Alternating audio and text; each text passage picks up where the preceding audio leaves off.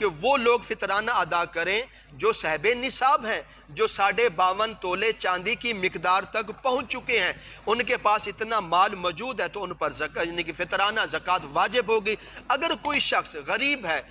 اس کا گھر کا نظام صحیح چل رہا ہے، گزارا مزارا ہو رہا ہے، لیکن اس پر یعنی کہ فطرانہ واجب نہیں ہے، کسی صورت میں نہ سونے چاندی نقد کسی معاملات میں اس کے پاس اتنی رقم موجود نہیں ہے، کیا وہ شخص بھی فطرانہ ادا کر سکتا ہے یا نہیں کر سکتا؟ اس شخص پر یہ حکم ہے کہ اس پر فطرانہ ادا کرنا واجب نہیں ہے، اگر وہ نہ کرے گا تو گناہ گار نہیں ہوگا۔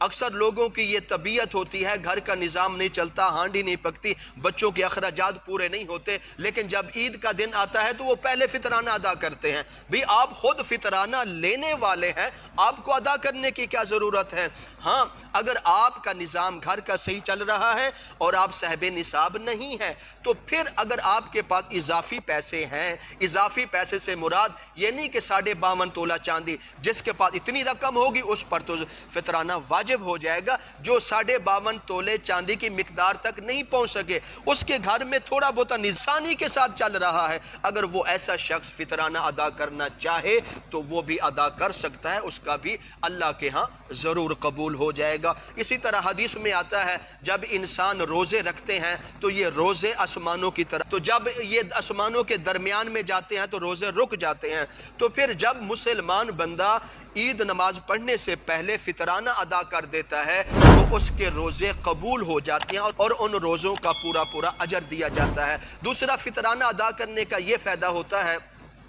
ہم رمضان میں جو عبادت کرتے ہیں، تراویح نماز، روزہ، تلاوت، جتنی عبادت کی، اس عبادت میں کمی کوتاہی ہوئی ہے، ہم اس عبادت کا حق نہیں ادا کر سکے، تو جب ہم فطرانہ ادا کر لیں گے تو انشاءاللہ یہ تمام عبادت اللہ کے ہاں قبول ہو جائے گی۔ آسان مثال کر کے سمجھاتا ہوں، اکثر یہ حدیث میں بھی آتا ہے، آپ صلی اللہ علیہ وسلم فرمایا کہ اگر کسی شخص پر ایسی بھاری مصیبت آنے والی ہو تو وہ فوراً صدقہ ادا کر دے تو اللہ تعالیٰ بھاری مصیبت سے بھی صدقے کی برکت سے اس کو آزاد کر دیں گے، اس پر ایسی مصیبت نہیں آئے گی، چاہے وہ جس طرح کی مصیبت ہو۔ تو اسی طرح جب آپ صدقۃ الفطر، جس کو فطرانہ کہتے ہیں، جب آپ اس کو خوش دلی سے ادا کر دیں گے تو آپ کی عبادت بھی قبول ہو جائے گی۔ اگر آپ پر کوئی ایسے امتحانات، پریشانی، بیماری کی شکل میں یا کسی اور شکل میں آ رہی ہے تو اللہ تعالیٰ اس فطرانہ ادا کرنے کی برکت سے وہ پریشانی بھی آپ سے دور فرما دیں گے۔ تو فطرانہ ادا